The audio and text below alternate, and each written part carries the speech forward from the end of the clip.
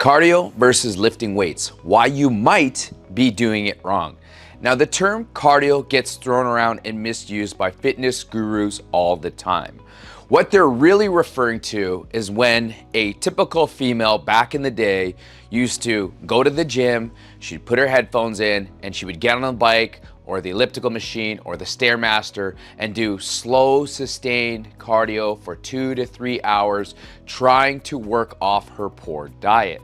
And then resistance train gets thrown around in many different ways, but a lot of the terms that get thrown around and what people think that aren't in tune with the industry is that they think they need to do isolation workouts to build muscle like all those Instagram influencers that they all see. Now, I'm gonna tell you this, that both are wrong because it's all about progressive overload. Okay, I'm gonna break down what progressive overload to you is in this video. Now, if you're actually looking to build some strength and gain stamina while dropping fat and building muscle, then give us a visit at www.fitclub.fit, click the message button, and we'll talk about how to get you started. My first example is, let's look at some of the guys that are in the military or they're in the UFC. They're all jacked. Now, if you look at professional female volleyball players or professional female Olympic sprinters and runners, they're all leaned and toned. Do you think that they're at the gym doing long sustained, low resisted cardio?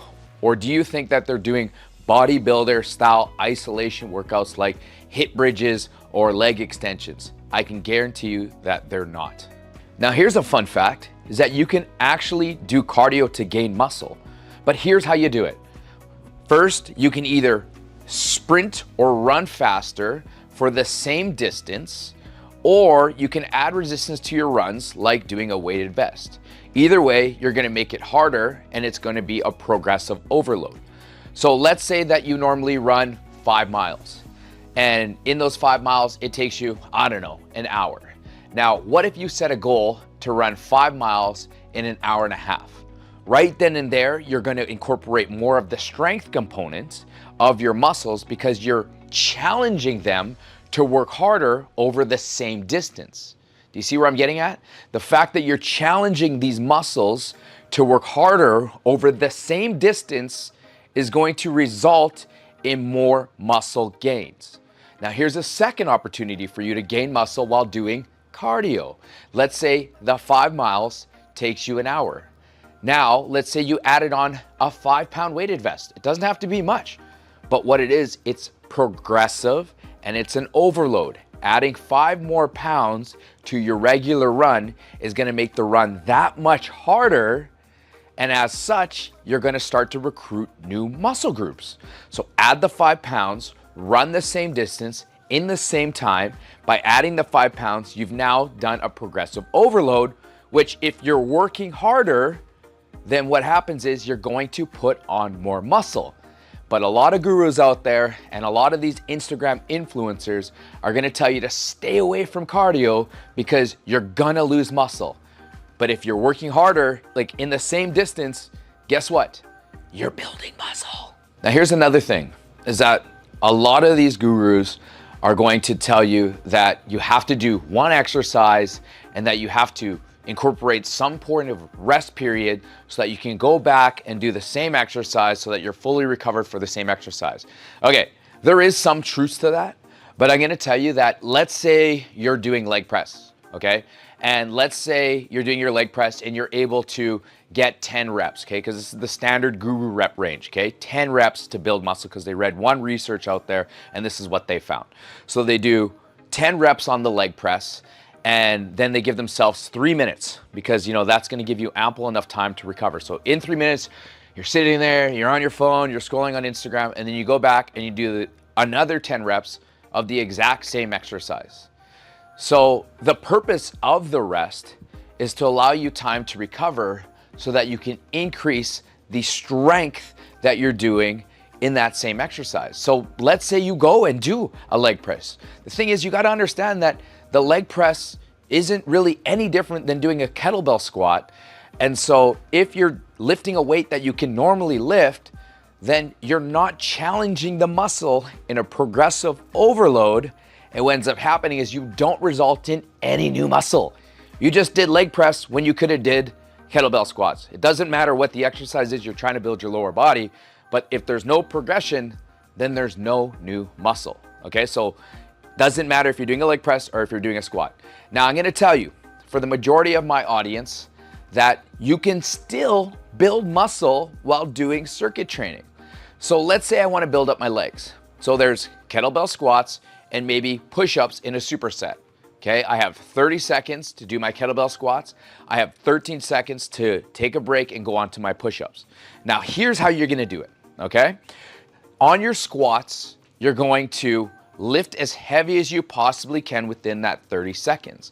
Now, here's the tip, is that you have to lift until failure. I'm talking when you're doing a squat, you're down, you're not like this, right? Like, you know, if you're just doing your squats, and you're squatting a 40-pounder when you can easily be squatting a 60-pounder. But the thing is, you know, you don't want to push yourself that hard. You have to push yourself hard enough that by the end of the 30 seconds, you're slowing down or your back is starting to get out of form because you're trying to cheat to lift that exercise. And so when it comes to doing any of the squats, you want to make sure of two things. One, you're lifting as heavy as possible that you hit failure, anywhere between 8 to 12 reps. Okay, and if you're starting to either slow the pace down, that's one indicator of that you've hit the point of failure. Or if your form starts to break down, that's the second indicator of that it's time to reduce the load. Okay, that means that your form is breaking down. And so if you're trying to build muscle without getting injured, ask the gurus about that. How can I build muscle without getting injured? They probably don't know that. So we got to hit to that point of failure. Okay, so if you're really trying to build up your legs, then lift heavy, use those two indicators within that 30 seconds, whether you're slowing down or the form is breaking.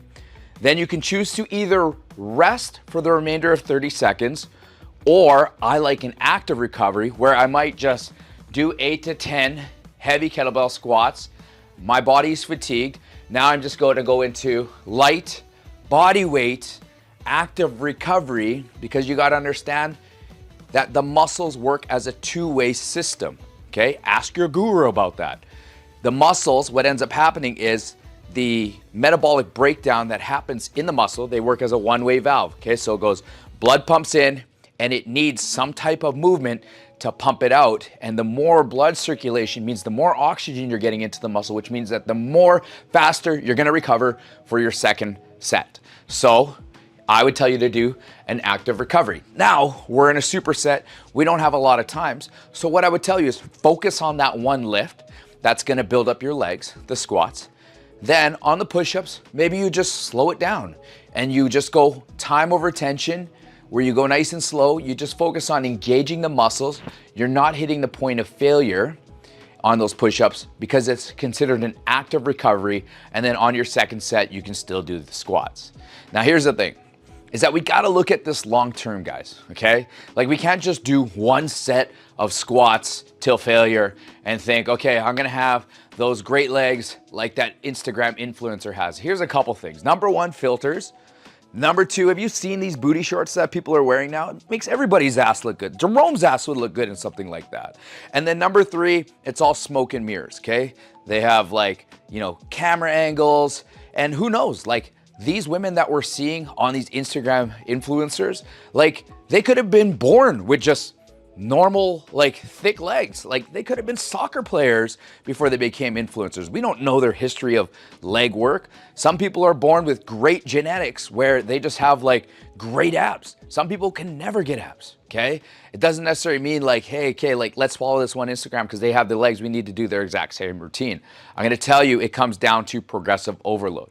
And then the second and final point on top of the progressive overload, I hope you understand what that is by now, is that if you're actually trying to add new muscle, then you have to make sure that your nutrition is on point for that.